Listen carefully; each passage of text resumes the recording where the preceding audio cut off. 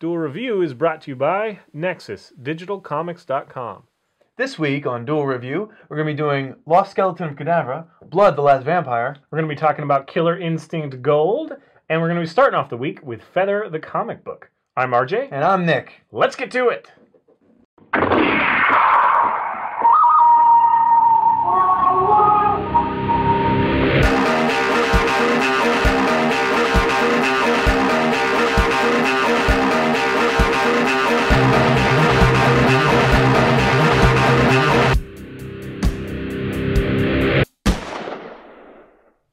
Hey everybody, welcome to Duel Review. Today is July 11th, and we're going to be talking about Feather the Comic. And Nick, you head this one up, so take it away. Thanks for being abrupt. Feather is a comic book published by Image, and it is done entirely, and by entirely I mean written, penned, colored, everything, by a guy named Steve, and forgive me for not saying his name correctly, Uy. It's U-Y, and I'm not sure if I'm saying that right. I've only ever seen it written, and I've never actually talked to the guy, although I could have in 2010 when he was at the New York Comic Con, which I was at as well. But I didn't, unfortunately. I should have gotten it signed, but definitely, yeah.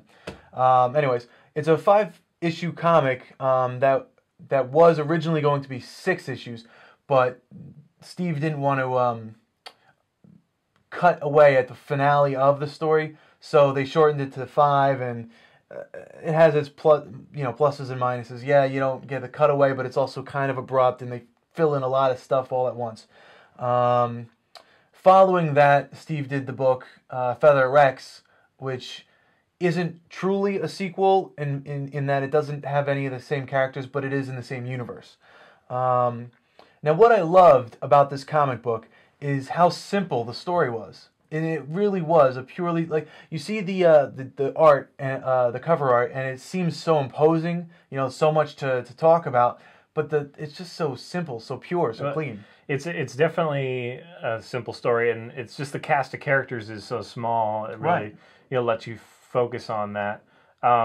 Having said that, I do wish there was a little bit more character development. Right. You're not totally aware of what's going on. I think you have to rely on kind of stereotypes to fill in some of the gaps. Like stereotypes. Well, I mean, just normally in this situation, the guy has a thing for the girl, and the girl has a thing for, you know what I mean? Because they don't really talk about that a whole lot. Well, I kind of liked that, and what I liked the most about it was, okay, you have 3 main characters. You have Seven, or Sev, as it's shortened, his brother Clip, and Lika, who is the love interest, the female.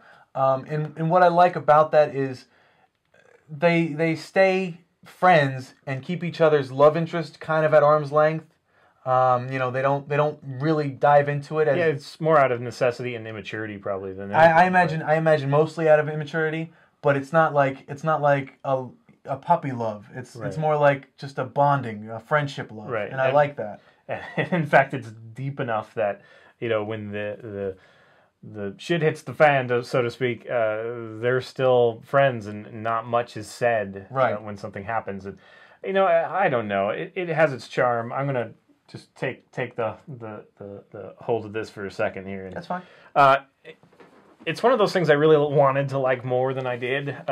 It is just quite simple, and that's attractive to me. The art style is fun, although they're half dragon, half human, so I kind of miss their noses. It's a little weird about the noses. Yeah, they don't have noses. But it's just, I guess some of the story points, they happen and they're just kind of not acknowledged in the way that they should be.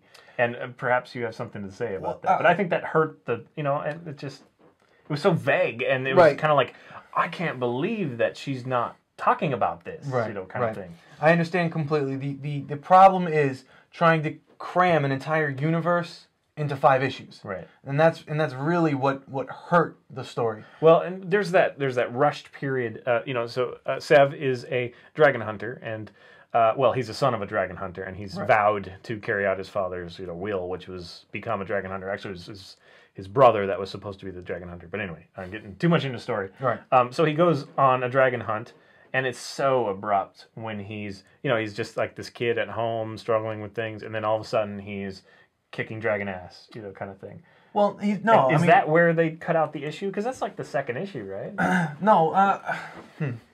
It's not that he didn't have the aptitude to be a dragon hunter, because it's shown that he definitely has the tenacity, the persistence. Sure. You know, like when he went off for I think it was like 3 months. You know, just gone for 3 months to find a relic that was in a.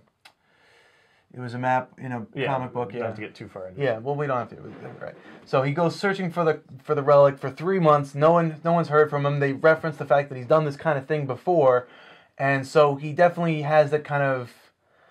You know, it shows his character, Right. and, Right. You know, it also gives the chance for the brother and Liga to bond a little bit, Right. Which becomes important later. Although that's the sort of thing that I think is underutilized and overlooked. Right. But you know, not having known that he had to rush it, you know, cut out a book, a lot more could have been in there, and perhaps that part of the story was just taken out wholesale. And that's a huge problem, because I'm sure Steve would have loved to have an entire series, an ongoing series where he could explain this story, get more into the backstory and all that other fun jazz. But you know, Image said, "Oh well, we can only give you this many. You're limited." And you know, you and I both have a heart, obviously, for independent comics. Yeah, so, we do. You know, we really appreciate the effort put forth, and it was a good book. There's one other nitpick thing that I have, and it has to do with the art. I really enjoy the art, but a lot of the cells are... I'm disoriented completely. You know, he's supposed to be trying to catch something from falling off a cliff, and he's like doing it out here, and there's no like three-dimensional reference for me. A lot of times it's just kind of like, okay, I guess I'm kind of looking from this angle. It threw me off a couple times. Really? It took me out of the book a couple of times. It just, I guess the perspective wasn't there. It didn't emphasize what was going on. Wow, explosions, like him jumping out. It's like, okay, well, I completely saw that differently than you, apparently, because I've seen it. It was more like a dreamscape to me. You know, where like, well, I can see that. Yeah. But it's just like, is he laying down or is he sitting up? Is he standing or is he, you know, upside down falling off a cliff? I can't quite tell.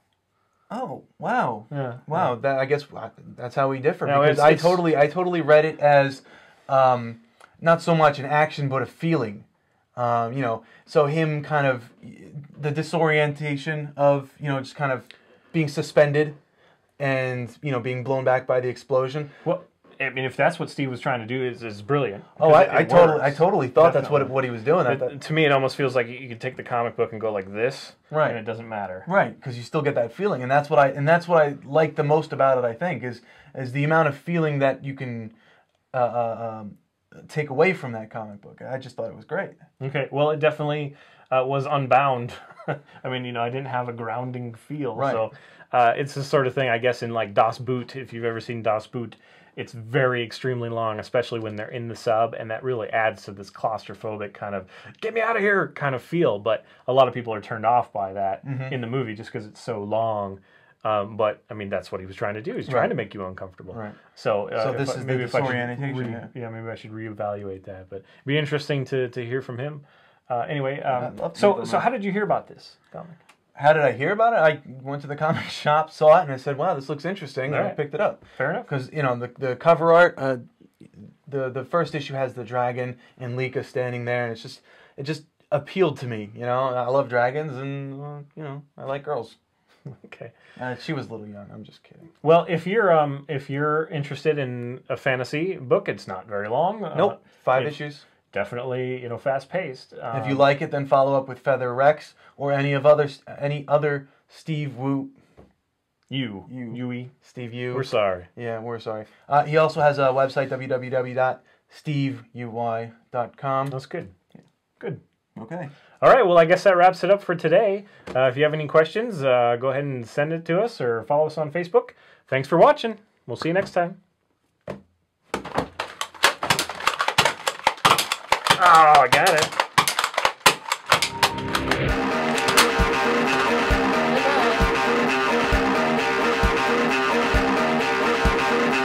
Tomorrow, the lost skeleton of Cadabra. Will it find my funny bone?